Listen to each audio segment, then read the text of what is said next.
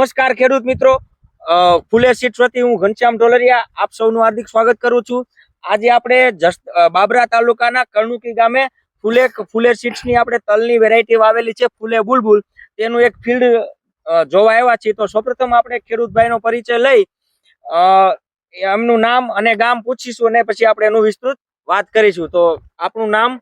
મારું નામ રણજીતભાઈ ગોબરભાઈ દાસડિયા, ગામ કરણુકી, અને મેં ફૂલે સિક્સ બુલબુલ તલ વાવ્યા છે અને બહુ સારું પરિણામ છે. હવે આપણે આગળ ફૂલે સીડ્સના જે આપણે માર્કેટિંગ મેનેજર છે ગોવિંદભાઈ પાનસુરિયા, તેમને કહીશું કે વિસ્તૃત આપને માહિતી આપે. તો નમસ્કાર ખેડૂત મિત્રો, હું છું ગોવિંદ પાનસુરિયા અને આજે આપણે આવી ગયા છે એવી કે ફૂલે સીડને ફૂલે બુલબુલ તલની વિઝિટ કરવા માટે. તો આપણે ખેડૂત પાસે તે માહિતી લીધી કે કયા ગામના છે, કયા તાલુકાના છે, બરોબર છે. તો ખેડૂત મિત્રો, કે આ તમે તલનું જે વાવેતર કર્યું એ અન્ય વેરાયટી કરતા તમને કેવા લાગ્યા અત્યારે? મને બહુ સારું લાગ્યું. છોગટ સારી છે, સોગટ સારી છે, બરોબર છે. ઉપસા સારો છે, બહુ સારો. ઉગાવવામાં કે જ્યારે તમે વાવેતર કર્યું તો કોઈ તકલીફ કોઈ પડી હતી? કોઈ તકલીફ નહીં, કમ્પ્લીટ બીજા પાણે ઉગી ગયા હતા. આનો તમે બીજ દર કેવડો રાખેલો હતો? બીજ દર કિલો નાખ્યું હતું, વીઘે 1 કિલો નાખ્યું. વીઘે 1 કિલો. તો પણ અત્યારે બરોબર છે, બરોબર. અને બીજું કે અત્યારે હાઈટમાં તમે જોવો તો ખેડૂત મિત્ર, એ હાઈટ અત્યારે તમે ગણો તો બધી સારી જ છે, બધી જગ્યાએ કડમાનું તો છે સાહેબ. એટલે અત્યારે કેટલા દિવસના થયા છે? આમ આ 50 દિવસના તલ 50 દિવસના થયા છે, બરોબર છે. હજી તો તમારે આને છે ને ઓછામાં ઓછું એક વેચ તો હજી તલ હાઈટમાં લે છે, કારણ કે દિવસ ઉપર હોય છે. કે માનો આને નાને માનો 65-70 દિવસ થઈ ગયા હોય તો પછી તે વૈધમાં ધીમે ધીમે બંધ થવા મળે. અને હજી આ 50 દિવસના છે એટલે તમારે હજી ઓછામાં ઓછા 15 દિવસ આની વૈધ લેશે, બરોબર છે.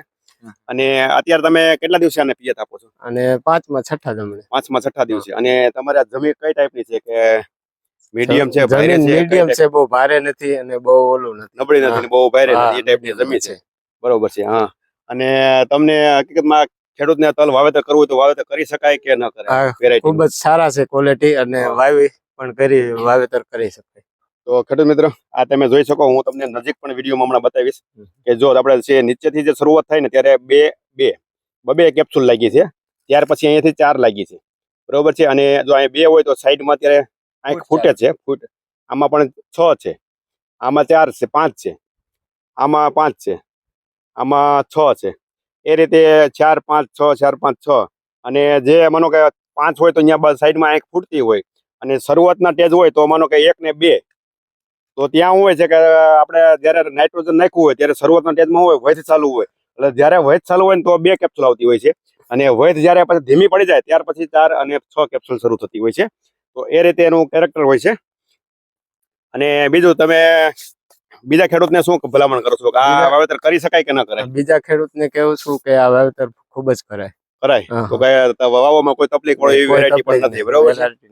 અને તમે આ વેરાયટી વાવી સંતુષ્ટ છો? સંતોષ છે. અને અંદાજિત કેટલું ઉત્પાદનના વીઘે આવે એવું દેખાય? લગભગ 12 મણ ઉપર ઉતરશે વીઘે, બરોબર છે. અને બીજું ખાસ કે તમે આ તલનું બિયારણ લાવ્યા હતા ક્યાંથી? આપણે રૂપાલી એગ્રોમાંથી. રૂપાલી એગ્રો જસદણ ની અંદરથી, બરોબર છે. તો ખેડૂત મિત્રો, તમે જો અહીંયા બાબરા અને જસદણ ની આજુબાજુના એરિયાની અંદરથી હોય તો આપણે રૂપાલી એગ્રો ની અંદર આપણે નીચે નંબર પણ આપી દેશું, જેથી કરી અને તમને ખ્યાલ આવે કે આપણા સીટ ઓરિજિનલ જોતું તો કઈ જગ્યાથી મળે છે એ પણ ખ્યાલ આવે, અને આપણે ગોતવું ન પડે. અને બીજા તાલુકાની અંદર હોય તો હેલ્પલાઇન નંબર છે, એમાં કોલ કરી અને પૂછી શકે કે કઈ જગ્યાથી મળશે. તો ફાઇનલી આજે અમે આ વિસ્તારની અંદર હતા કે વિઝિટ કરતા હતા કે તો આપણે બધા ખેડૂતના અભિપ્રાય લેવી, તાલુકાની એક બે વિડીયો ઉતારતા હોય છે, જેથી કરી અને એરિયાવાર કેવું પરફોર્મન્સ છે ને એ પણ ખ્યાલ આવે.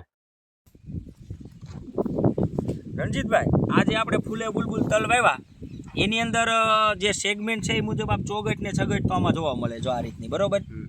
હવે મેઇન પ્રશ્ન અત્યારે એવરેજ આપણે ઘણા તલ બીજા જોયા છે, એમાં માથા બંધાવવાનો ઝુમરાવાનો જે પ્રશ્ન આવે છે એ આમાં કેવો દેખાય? સાહેબ, આમાં એવો કાંઈ પ્રશ્ન છે નહીં, અત્યારે કમ્પ્લીટ છે, બરોબર છે. અને સુકારો એક પણ નહીં શકીએ છોડવાનો. નકર આ વર્ષે છે ને આ 2024ના વર્ષમાં સુકારાનો પણ પ્રશ્ન છે. સુકારો તો ગંજાભાઈ સુકારો છે, અને એ વસ્તુ કેવી ખબર છે કે જમીનજન્ય છે. કોઈ પણ ખેડૂતને જમીનજન્ય ફૂગ હોય ને તો સુકારો આવે હોતે ને, પણ જનરલી આપણે મતલબમાં રોગ પ્રતિશક્તિ સારી હોય ને એમાં ઓછો આવે, એટલે આપણે આ વેરાયટીમાં બને એટલો ઓછો સુકારો આવે. પણ માથા બંધાવવાનો પ્રશ્ન પણ હા ઓછો છે, નહીં વાત છે. તમે આમાં જો આ ઘેરામાં તો ક્યાંય છે ને, મને અમુક ઘેરામાં ક્યાંક હોય તો આપણે 1-2% હોય, 1%, બરોબર છે. આમાં એ નથી દેખાતો કોઈ પણ જગ્યાએ, તમે જોઈ શકો. અને ખેડૂતને ખ્યાલ હોય કે જે ઉપરનો ભાગ હોય ને એમાં જમરાઈ ગયેલો હોય ને એને ઘોડે આખો લોચો થઈ જાય, ના ઈ પ્રશ્ન આમાં એ આમાં અત્યારે પ્રશ્ન હાલમાં નથી બરોબર.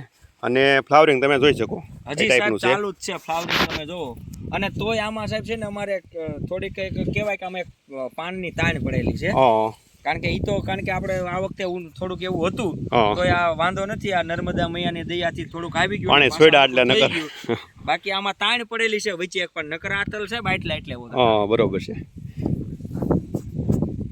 તો બસ આજે આટલું. નમસ્કાર.